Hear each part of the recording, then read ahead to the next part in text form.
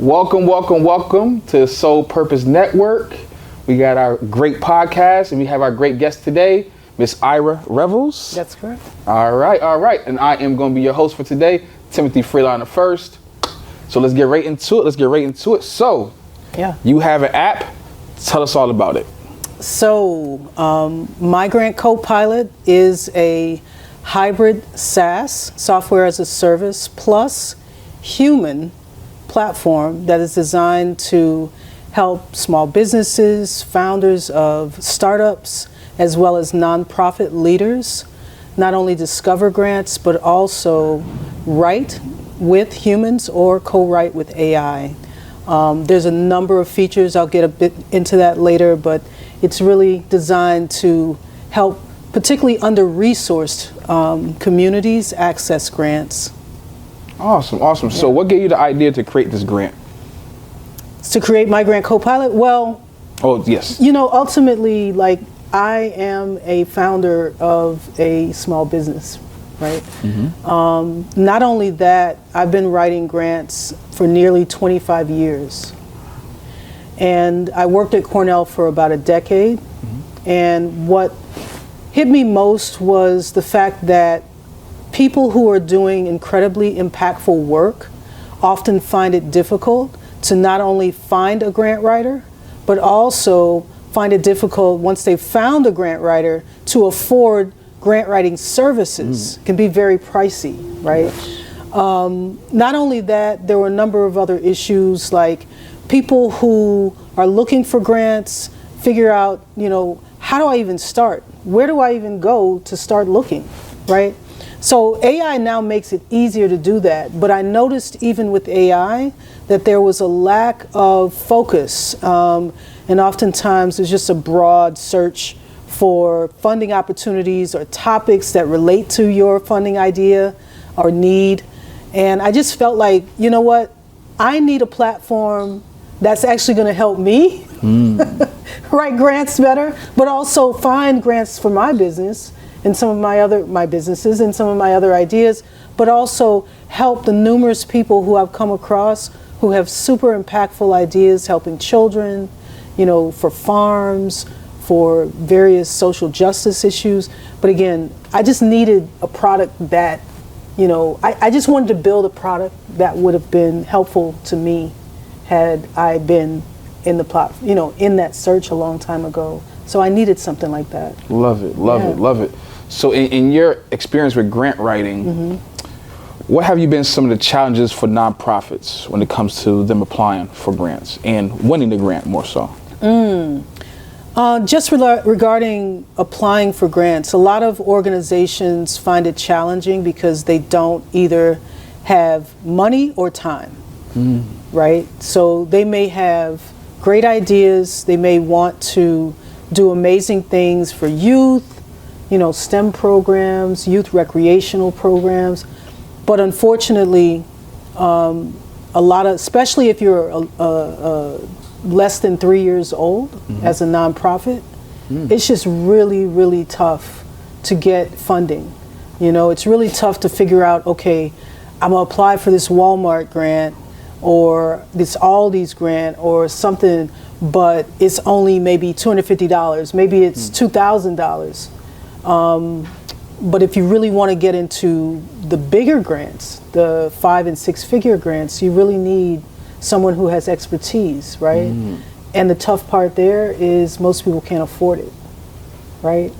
And then let's not even start talking about people who are running businesses or as small business, or if you're a nonprofit, having the time, because you're wearing all the hats, right? Can I ask you a question about your app? I thought it was interesting you used the term co-pilot. Kind of explain a little bit how the co-pilot plays into assisting, helping out in the process, because I know the process is very tedious, it's technical, there's a huge learning curve. So if you haven't done it for years, you're probably not going to get it right the first time. So the benefit of having, a co-pilot in the grant process. So, what's interesting about that is my thought process was, okay, I have people, because they know that I do this, they often ask for free grant writing support, right? Or they ask, how do you do a certain thing? And so for me, I said, okay, I need to be able to take my 25 plus years in grant writing, and I need to put it in one place so that people get the tutorials, they get the actual access to discovery grants, but they also get opportunity to potentially even co-write grants with AI. And then of course in 2023, OpenAI came out with ChatGPT. And so for me, I wanted to simply be able to put all of my years of experience. I've been on every side of grants, from research to writing to awards management, grant awards management as a project manager. I've been a reviewer for federal and corporate grants. And, at the end of the day, how could I take all of that experience and put it into an app and make that accessible to everybody, right? So that was my thought process. I am literally, the co-pilot that you're working with when you're using My Grant Copilot. And it's almost like having me in your back pocket or sitting right next to you as you're going through the process, because the platform is conversational. Okay? So the idea is that it's asking you questions and helping guide you through the process of discovery or of writing, and various other features that I have embedded into it. So just for an example, right? You can give us an example. Things that people are going to run into in the process of trying to get a grant, process, that you would ask them, because, you've been there a million times. So like, what's an example of something that, first time off the porch, I'm trying to do a grant, I'm thinking it's going to be ABC. Come along and say, hey, right, you got to be prepared with this information. The biggest challenge that I've found with prospects and clients is having their paperwork in order, right? So the need is to have your documentation about whether you're a small business or you're a nonprofit, and have that documentation already organized and ready to go. Because when you're looking at a request for proposal, or RFP, which is the funder's call for response when you're looking for a grant and applying for a grant, they're going to ask in their guidelines for a list of things, right?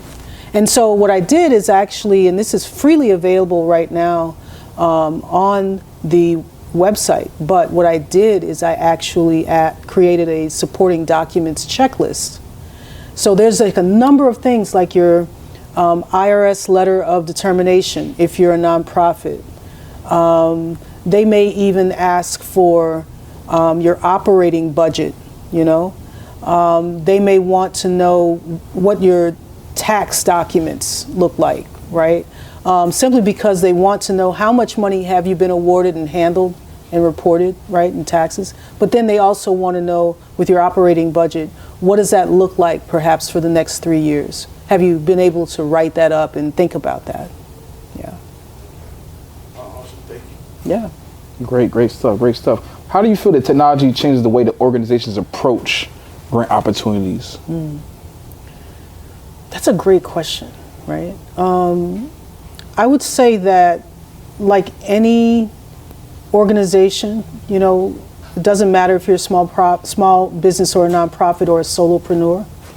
Technology creates an opportunity to more quickly and efficiently get the work done, especially when you're talking about productivity that involves lots of checks, dotting I's and crossing T's. And, at least for me, it's actually sped up my productivity.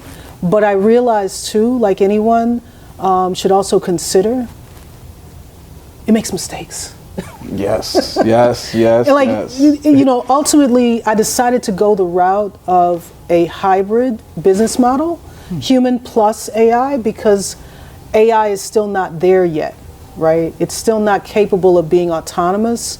There are a number of environmental issues around AI. Yes. There are a number of legal in terms of its, policies around the government, but also there are issues around actually, a lot of people asking questions. Well, should we do this? Should we not do this?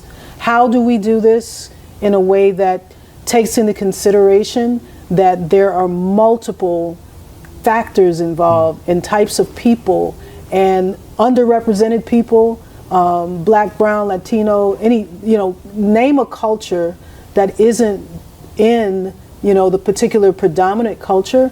And what you notice, of course, is AI has been largely, and I'm not going to say completely, because it was a Black man who created the actual chip that I would say NVIDIA has currently named. And I feel really bad. We'll have to look it up since we have our phones.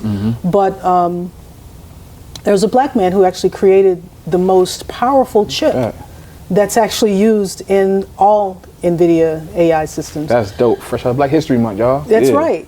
So, and not only in NVIDIA, but also all systems, because he was very prolific in that way. But I'm just saying that it's really important that we consider all of the factors. And the first question that I ask is, who's not in the room? So if you're building an AI platform, who is not in the room? Whose voices are not at the table, right? Because if you do that, then you begin to really think about the fact that, we need people who actually have technical skills that don't always look like one type of person, male, female. Just making sure that we're as equal as possible when we're considering the vast number and types of folks who are going to be accessing these systems. So that's really important to me, especially right now. Yeah. Love it. So do you find that it's easy for someone who's, let's say, someone is not tech savvy? Is your website easy for them to navigate through? Yeah, the platform is super easy designed. Before I even created the actual Migrant Copilot platform, I created a chat feature that would basically allow anybody with at least a 7th grade reading level to actually ask questions or prompt and get responses, right? And I did that because I want people, no matter what level they're at, to be able to access, especially underserved people, underrepresented, under-resourced people, to access grants. Like that to me is, man, it's so important because, this podcast is super important to you, right? As a small business, I'm sure you're looking for funding, right? And so would you like to have a place where you could go and say, you know what, I don't need a grant writer to search for a grant or discover funding opportunities. I can find an opportunity and maybe I just want to do an event and do a corporate sponsorship. And now I can just click these buttons, find the opportunity, and also, apply for it. Like that's dope. Closer to the money, Closer to the money. So when it comes to the grants, so did you have to seek out partnerships in order to get some things going for it? And if you did, what did those look like? For building the platform? Correct. So my biggest need, so keep in mind that I've built the platform myself. I'm the lead developer of Migrant Copilot, and because we now have the capability of vibe coding. I don't know if you ever heard of vibe coding. No, tell us what that is. I'm likely not going to completely do it justice, but the idea behind vibe coding is simply that you can actually use a series of prompts to develop your platforms, your apps, right? And there are a number of platforms, like Lovable is a great example, Base 44. There's a number of platforms, Replit, Emergent, that allow people to simply prompt the platform and actually build an app. There are a number of things that you have to be aware of, when you're using those platforms, but it's fairly, if you do have some coding background, it's fairly simple. Okay. It's almost crazy. It's very simple. It's simple, but there are a number of things that you need to know. There are a number of nuances that you have to consider. Yeah. Okay. But yeah. Okay.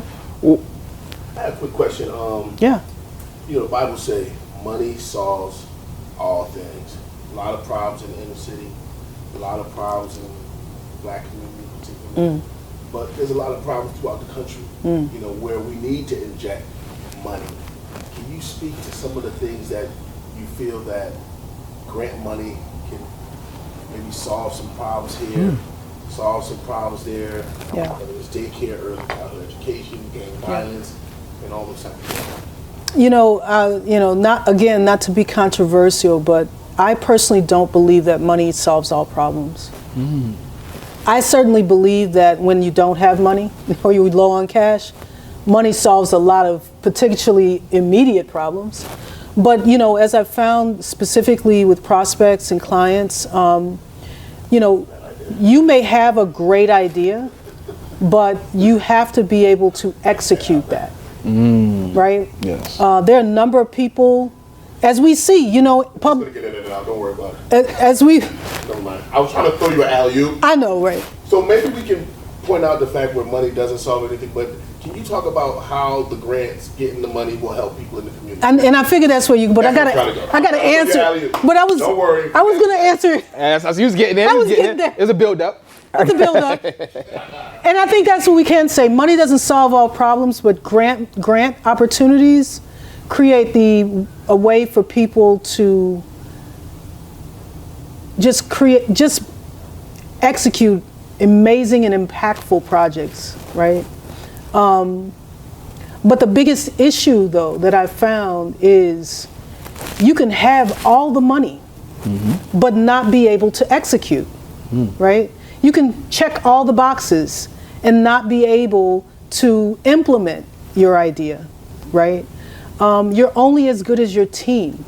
Yes. And a lot of times funders need to see that you have, especially once you start getting into the high five, and six-figure grants, even the mid, like 25,000 and up, funders definitely need to see that you can manage the money, that you can actually implement your ideas, and that you can have great results.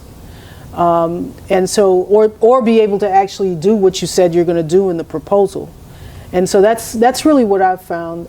You're only as good as your ability to execute. Okay, definitely. As you mentioned earlier about AI, some of the concerns, some people worry that AI might make grant writing feel less personal. How do you balance automation with storytelling? That's a great question. Yeah. Listen, there are a lot of funders who basically refuse to accept proposals that have been written with the assistance of AI. Oh, wow. How are they able to, just real quick, how are they able to know? To detect that? Yeah. Sometimes there are software that people can, that funders can use to determine. Sometimes, however, the software isn't even completely accurate, right? Keep in mind that there are students in universities who are writing using AI, and there are those who don't write using AI who are great writers. And so the challenge is, when you get these false positives from, your professor who says, no, this was written by AI, and you're like, no, actually it came from my brain. I know how to write, right? Yep. I actually, I have a lifetime awards for clients and for my own projects of $11 million since 2001. And this was before, at least 10 million was before AI was even in the game at all. So ultimately, people need to learn how to write. I mean, that's real. And even if you use AI to become a better writer, that I think is also very important. But funders know, there are ways in which to program your AI or customize your AI such that you're able to make it sound more human and more like you. A lot of the large language models are able to do that, right? They're able to say, okay, put all this data in, and now we'll create something that is customized so that it fits whether it's grant writing or media production or your voice and tone and style, right? Yeah. But the challenge that we're faced with right now is a lot of children are being taught with computers. And mind you, I'm a fan of computers, but I'm also a humanist. I'm kind of riding that fine line of being, really heavy into technology, but I also am a humanist. And so the thing that I think is important is that children learn critical thinking skills. Yes. That's critical, right? But also media literacy, right? Because now you begin to comprehend how to use and how to think about these systems, right? That's So just my think opinion. for you, right? And that's the challenge. That's the problem, in my opinion, of where we're moving towards. Relying so heavily on automation that we anthropomorphize or we make human the AI such that it thinks for us, it does all these other things for us. When are we going to do things for ourselves, bro? Yeah, I have friends that might even use it for conversation and be like, well, how do I respond to X, Y, and Z? And be like, gotta use the brain side of sort of. So they kind of, you're right on that. They'll use AI to respond to conversations or things like that, as opposed to just thinking about how they should respond, how they feel. Right. Because that's the genuine response to something. AI can't tell you how to feel about something. Right. And I think, for those who are shy or have, social anxiety, that type of thing, I don't see a problem because a lot of people use AI for mental health support. Yes. Right? People use pets for mental health support. All right.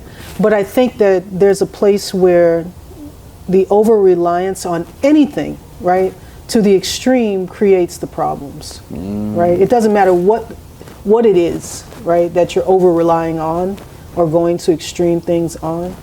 And I'll make a silly example. Extreme love creates fatal attractions. Right? Come on. Extreme hate creates war. Yes. And all the negative things that we don't want in life. And so that's my point. It's like being able to balance the use of platforms like My Grant Copilot with the conversations, because right now funding is extremely relational. And what that means is you have to build relationships with funders. You have to build, funders have to build relationships with organizations that they want to fund. And that means you talk to people. Personal skills, interpersonal skills. Interpersonal skills. Definitely, we need more, we need people with more of those types of things. Yes, we do. Yes, we do. So what do you find, like let's say like the top 3 to 5 categories for grants that seekers go to your platform for? Yeah. People are seeking grants related to agriculture. So whether you're a farmer or you are in the food supply chain and you're, providing retail, or you're looking for market access in any way. People who are youth development workers or have nonprofits that focus on youth or children, they're looking for educational grants to support programs primarily. If you are in the science, technology, engineering, and math, or arts and math, STEM or STEAM, you're looking for grants that will enable you to support programs or provide stipends for youth to participate in those types of things. I would say another really big one is wellness. Health and wellness, yes. Health and healthcare are huge right now, particularly because there's a strong focus on integrating AI into healthcare. But also wellness is important because there are a number of people now, particularly small businesses or solopreneurs, who are focused on healing, right? Healing arts, nutrition. Yes. All of those sorts of things. And so I would say those are probably the top 3. But also, in addition to building my grant co-pilot, I'm also an artist.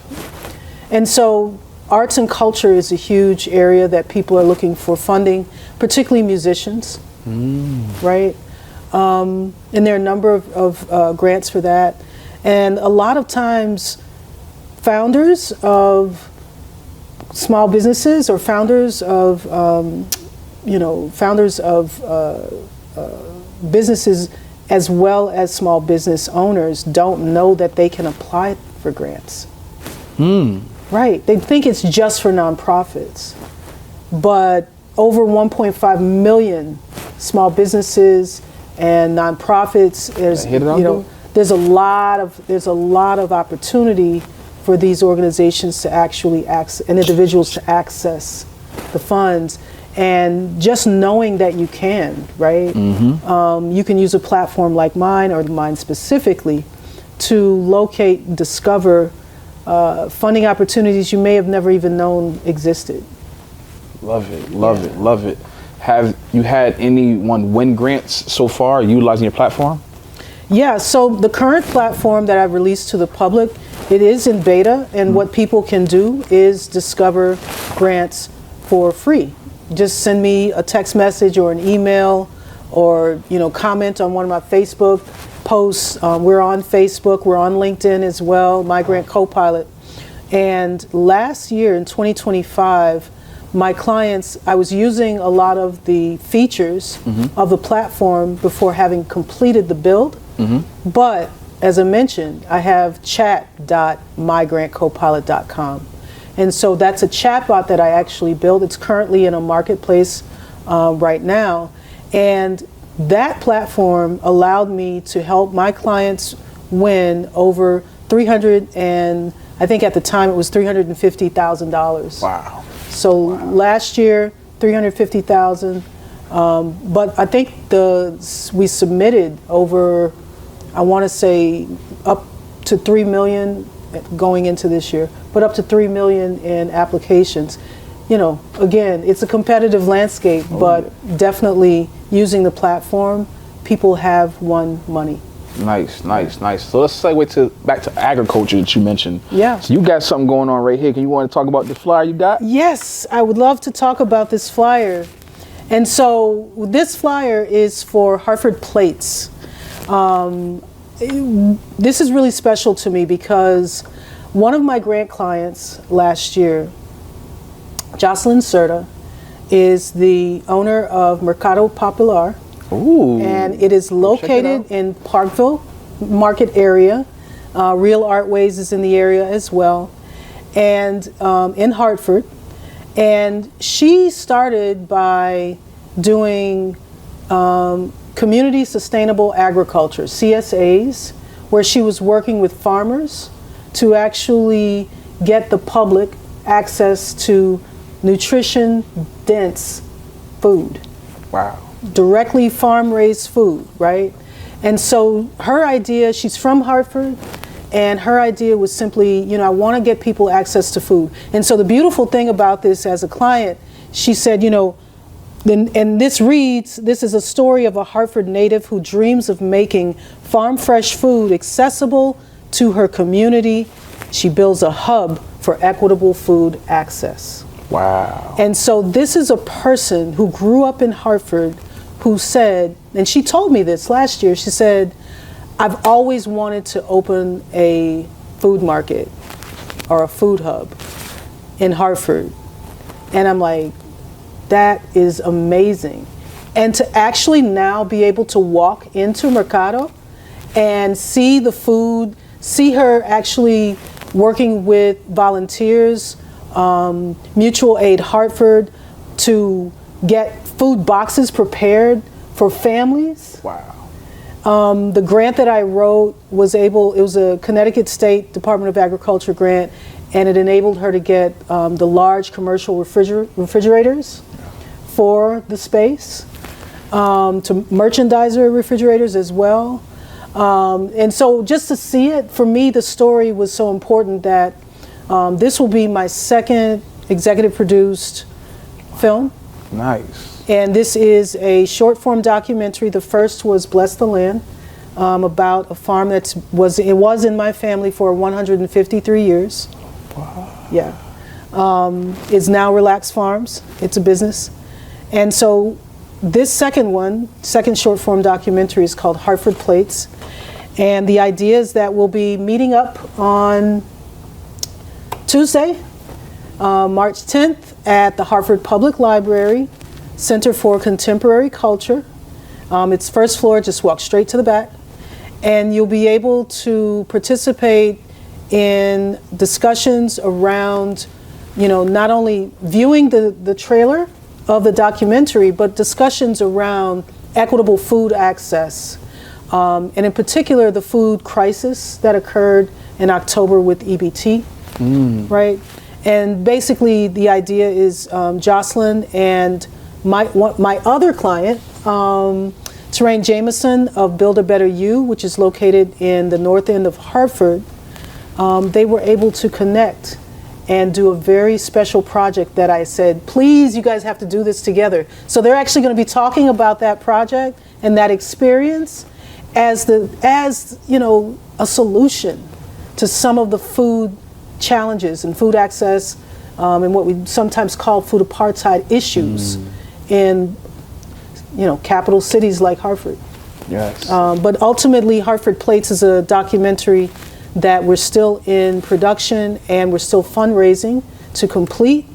And we want to tell the story about food, the people who access it, the people who grow it, and the solutions and challenges in that here or there in Hartford, and also, ultimately shine some light on those 17 livable neighborhoods around the city that actually help people see, what's really happening and how they can also contribute to some of the solutions that are actually being created all the time.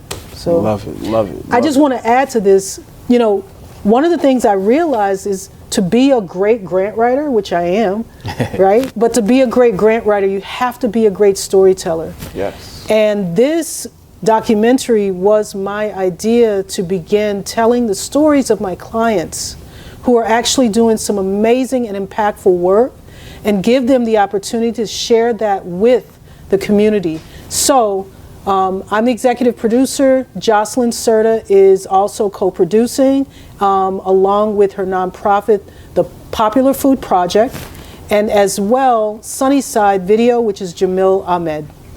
We got to get all of them on podcast to interview them either together or separately. But that's amazing. Yeah, I hope you guys can show up and come, and if you can, bring equipment, man, because we're gonna be sharing this. Hey, so feel free. The voice y'all heard earlier asking questions, that's Pryme. He is the end all be all of everything. My partner, everything, boom, boom, boom. This is his brand, is everything, right? You see that thumb right there. So we're gonna talk to Pryme, see if we can make some of that happen. But either way, we definitely gonna get them on the show to learn about more. You had mentioned earlier about the farm and being 9th generation. Want to talk more about that? So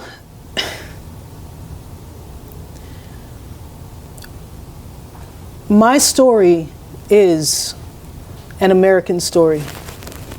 And I'm getting chills saying that because I start off what I'm about to say with my story is literally an American story. My great-grand-uncles purchased land and enslaved people who were my family, right? Wow. And that's how the land came, over 200 acres came into the Revels family originally. And I have the deeds going back to the original enslaver, and they are in French. Wow. And where is this? This is in Northwest Louisiana. Wow. Yeah. So when I think about that, there's so many things that I could say about my family, but when I think about that, the pride that I have in how my people were able to come out of a disgusting and terrible system of enslavement. The strength, and that for me at least is the part that I know that because I feel it viscerally. I feel it in my bones. I live it every day, right? Because like many people, I have problems, I have issues, you know. But given the things that I've been through and the knowledge that I have about the strength of my family and the blood that runs through my veins, it just makes me feel even more excited, right? Not extreme pride, because again, anything in extreme, too prideful, obviously, right? Problems. But it helps me remember myself when things are really tough, to know that my family, when my great-grandfather was barely 1 year old, right? They purchased, his uncles purchased what the deeds say, land and slaves. We call it enslaved, but land and slaves is what the deed says. Yeah. Wow, making me a 9th generation farmer. You know, I definitely have a green thumb and have grown food. You know, ultimately, again, it's one of those things where I haven't grown at production level myself for retail or anything like that, but certainly it's a place where I envision, you know, as I get more mature in age, I see myself retiring to, and it's a hard word to use because I'm like, retire, what does that mean? I'm just gonna keep working, right? Yeah. But you know, I definitely see myself at a certain point being able to go back to the land and actually create a place a grocery store, you know, where folks can actually pay what they can. Like, that is my personal desire. Nice. That happened, Pay what you can, because the food is free. A lot of people don't realize that, but food is free, right? Yeah. Love it, love it, love it. All right, so where can people find you? You know, contact you? They want to learn more about your journey, about what you got going on. How can they get in contact with you? So you can find me on LinkedIn. We'll start with some of the socials. You can find me on LinkedIn at Ira Revels or migrantcopilot.com. You can find me on Facebook at Ira Revels or migrantcopilot.com. You can also find me on Instagram at migrantcopilot.com or BTFMco, which is Black Tech Futures Media. And that is also a media company that I co-own with Jamil. And so all of those places, if you send me an email at info@migrantcopilot.com, you can reach out to me and request beta. And that basically means that I will send you the link so that you can actually try out and test our new platform. Sounds great. So you heard it here first. Try it out, try it out. Contact her for anything that you may need. If you want a grant, you know, food insecurities, you want to just learn more, you want to just network, definitely contact the Wealth of Knowledge. Thank you again. Of course, next Tuesday, make sure you come on out for the documentary. Noon until 2 p.m. All right, Downtown Library, Center for Culture and Arts. All right, this has been another episode. All the information is in the description box. And it's going to be in the description box. Y'all heard Pryme. All right, so join us again next time, same place, same network, same channel. Peace. Peace. Thank you, man. Center for Contemporary Culture.